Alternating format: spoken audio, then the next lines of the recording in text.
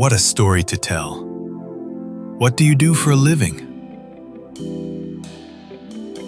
I work at Buckingham Palace, a place unlike any other, with a boss unlike anyone else, a job unlike any other.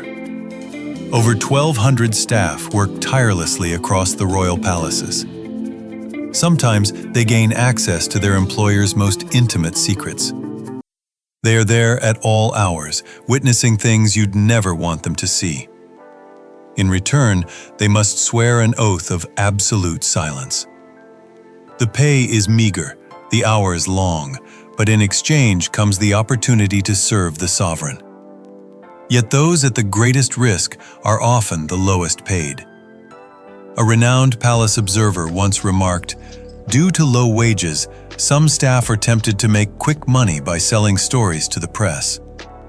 To prevent sensational headlines, the Windsors have tightened control over their employees through strict confidentiality agreements. Speaking to a third party would violate the Official Secrets Act, a crime that can land you in prison. No one understands the risks and rewards of being close to the royal family better than former butler Paul Burrell.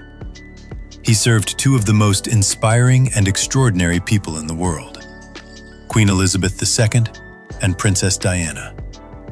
Queen Elizabeth II was served by a system that had remained almost unchanged for centuries.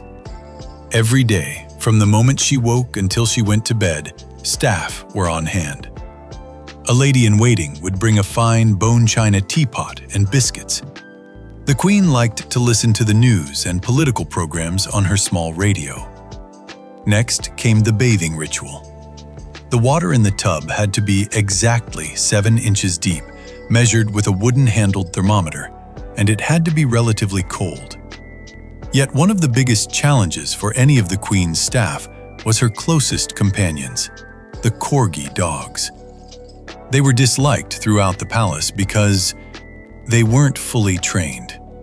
Servants had to follow them with soda water and absorbent paper, as the corgis did whatever they pleased, wherever they pleased, even on priceless carpets and furniture.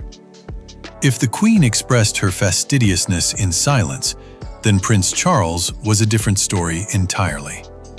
The Prince of Wales was famously hard to please. He grew up in such an exceptionally privileged lifestyle that he no longer had the capacity to make decisions for himself. Everything was done for him. His pajamas were pressed every morning to ensure no creases. His shoelaces were flattened with an iron. His underwear had to be folded in a precise way. Towels needed to be arranged in a specific manner, and the bathtub plug had to be positioned just so. Prince Charles even required a servant to squeeze exactly 1 inch of toothpaste onto his brush each morning. And no task was considered too menial for the royal household staff. Butler Paul Burrell recalled, "Once he called me from the library and said, 'Oh, Paul, it seems a letter from the Queen has fallen into my bin. Could you retrieve it?' The bin was right there, with Charles sitting nearby. Yet he wouldn't bend down to rummage through his own trash. The arrival of Princess Diana blew away some of the cobwebs of the stifling Edwardian traditions at the House of Windsor. Her relationships with the staff were far less formal than protocol dictated. She shocked them by walking into the kitchen, kicking off her shoes, pouring herself a drink, and chatting with them while they prepared meals. Few were closer to Diana than Paul Burrell. He was her butler, but much more than that. I was her servant, chauffeur, bodyguard, confidant, and organizer. I was all of those things. Burrell devoted his entire life to her. He had a rule. The princess comes first. Remember, not my wife, not my children. The princess comes first. That devotion sometimes led to bizarre tasks. When Diana's life spiraled out of control, she began acting unpredictably. Burrell had to drive people she wanted to meet in the trunk of his car in the middle of the night, or carry a box of Kentucky Fried Chicken for her. On one occasion, Diana asked Burrell to dig a 6-foot-deep hole to bury a friend's miscarried fetus in the walled garden of Kensington Palace. Burrell asked, "Your Highness, are you sure this is all right?" She replied, "I'm not sure, but I know it's the best thing to do." "Have you told the Queen what you're doing in her garden?" he asked. Diana said, "No, I don't think she would understand." The relationship between the royal family and their staff is often built on lifelong intimacy, but it can end in disappointment and betrayal.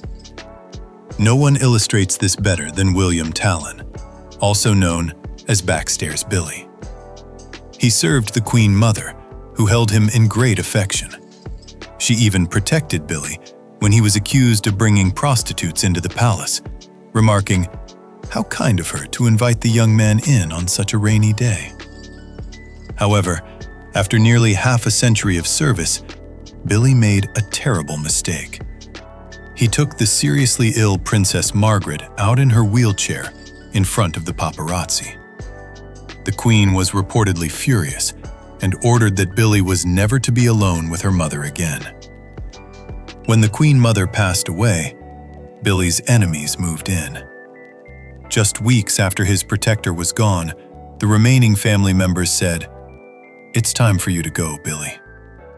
He lost the home he had believed would always be his, and died heartbroken. Despite refusing unbelievable sums of money to sell his story to the tabloids, he received no reward for his loyalty. A biographer noted, "One shouldn't feel betrayed, because, after all, the royal family is emotionally quite detached when it comes to matters like this. One minute you're there, the next minute you're gone, and someone else takes your place." Paul Burrell endured even worse. After Diana's death, he was arrested and charged with theft. Thanks to the Queen's intervention, the case was dismissed, but Burrell still faced enormous legal fees. Defying the secrecy orders, he published his memoir, A Royal Duty, which sold over 2 million copies.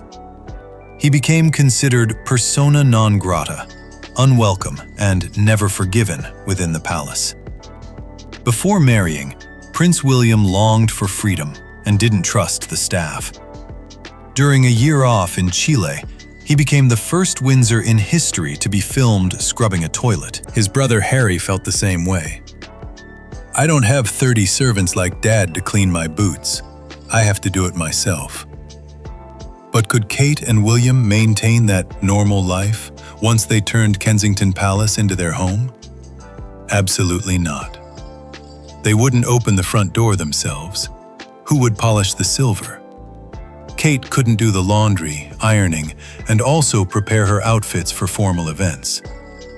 As their family grew, the nursery wing would require staff, private chefs, and a security team. Setting practicality aside, royal chauffeurs, butlers, and nannies might appear far too ordinary. This is an unelected institution that relies on public attention to survive. If they failed to maintain their lavish standards, people might no longer care to keep them in their positions. Prince William could be forced to follow his father's standards. He began assembling his own circle of aides. Although he is more relaxed than his father, his staff are forbidden to call him William. So now his staff all address him as Sir and Your Royal Highness. They understand there are standards that cannot be compromised. Although William may be more informal than his father, they are not ready yet to go down the path of other European monarchies, such as the Dutch royal family, where the Queen allegedly rides a bike. Pedaling into the future is not an option for King William and Queen Kate. Despite all attempts at modernization, they are forced to preserve their Windsor style. They will always arrive in a chauffeur-driven Bentley. And to keep that Bentley polished, and to keep the palace full of secrets, they will always require a compliant staff dedicated to silence.